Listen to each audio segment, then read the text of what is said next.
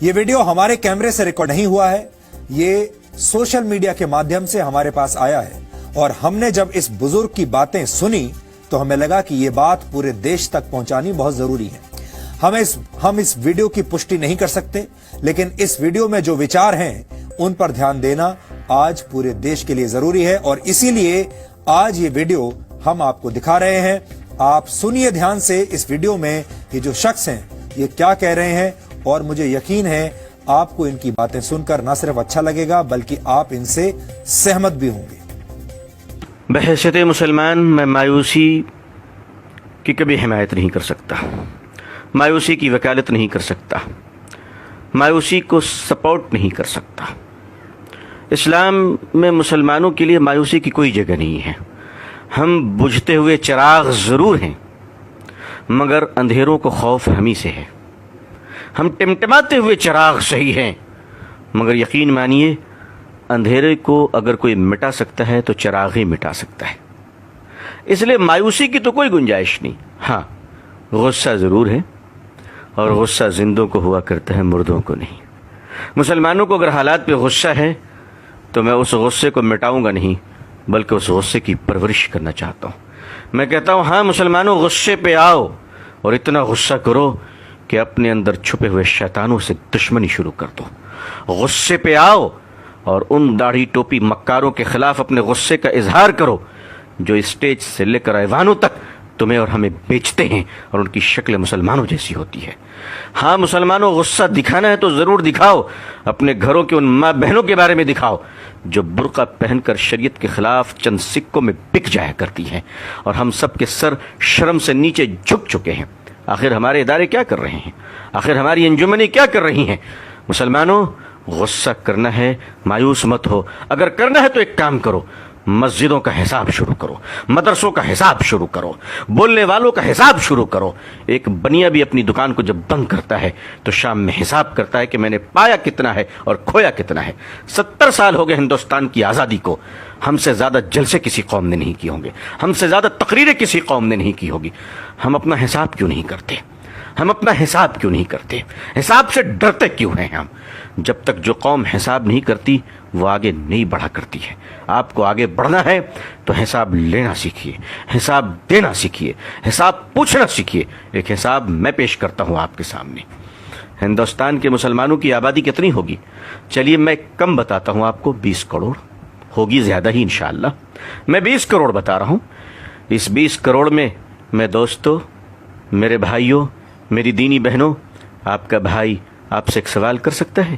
آپ مجھے سینے پر ہاتھ رکھ کر بتائیں کہ اس ہندوستان کے 20 کروڑ مسلمانوں میں 5 وقتہ نمازی کتنے پرسنٹیج ہیں؟ کتنے پرسنٹ ہیں؟ آپ یقین مانیے میں نے یہ سوال بہت لوگوں سے کیا ہے۔ میں نے یہ سوال ایئر کنڈیشن کمروں میں بیٹھنے والوں سے کیا ہے، سڑک کے کنارے پھل بیچنے والوں سے کیا ہے، کلکتے کی سڑک پہ رکشہ چلانے والوں سے میں نے سوال کیا ہے۔ مجموعی طور پہ جو مجھے جواب ملا ہے اس کا ایک اوسط درجہ یہ ہے کہ ہندوستان میں مسلمانوں میں 5 وقتہ نمازی صرف 2% ہے، صرف 2%۔ جمعے کے نمازی 5% ہے، رمضان کے نمازی اس سے زیادہ ہے، الوداع کے نمازی اس سے زیادہ ہیں، اور عید کے نمازی اس سے زیادہ ہیں۔ میں آپ سے پوچھ سکتا ہوں کہ 20 کروڑ مسلمانوں میں 2% نمازی مسلمان مسجد میں آتے ہیں، 98% مسلمان کہاں ہیں؟ سڑک پہ، بازار پہ، کلب میں، جوئے کے اڈوں میں، چائے کی دکانوں میں، ہوٹلوں میں۔ اللہ کی مدد کس پر آئے گی اور کس طرح آئے گی؟ خدا کی نصرت کہاں گرے گی بتاؤ مجھے۔ اور یہ 2% نمازی ہندوستان میں کیوں ہیں؟ اس وقت آپ سوچیے، اس وقت جب ہندوستان میں 20 کروڑ مسلمان، 3.5 لاکھ مدرسے، 6 لاکھ مسجدیں، 4 لاکھ سے زیادہ علماء، اور پچھلے کم و بیش 150 سال سے تبلیغی جماعت گلی گلی گھوم رہی ہے، اتنا کرنے کے بعد بھی 2% نمازی؟ آخر ہم کر کیا رہے ہیں؟ آخر ہم کہاں ہیں؟ اب کب تک ہم شطرنج کی چال کا جواب کشتیوں سے دیتے رہیں گے؟ اگر ہم اپنے چال کو نہ بدلے، اپنے مزاج کو نہ بدلے، دوسروں کو سننے کا مزاج نہیں بنایا، اپنا حساب کرنا نہیں سیکھا، بدتمیزیاں بند نہیں کی، اور شرافت کو اختیار نہ کیا، تو دنیا آج نفرت کر رہی ہے، کل گلی گلی میں بھگائے گی، دوڑائے گی۔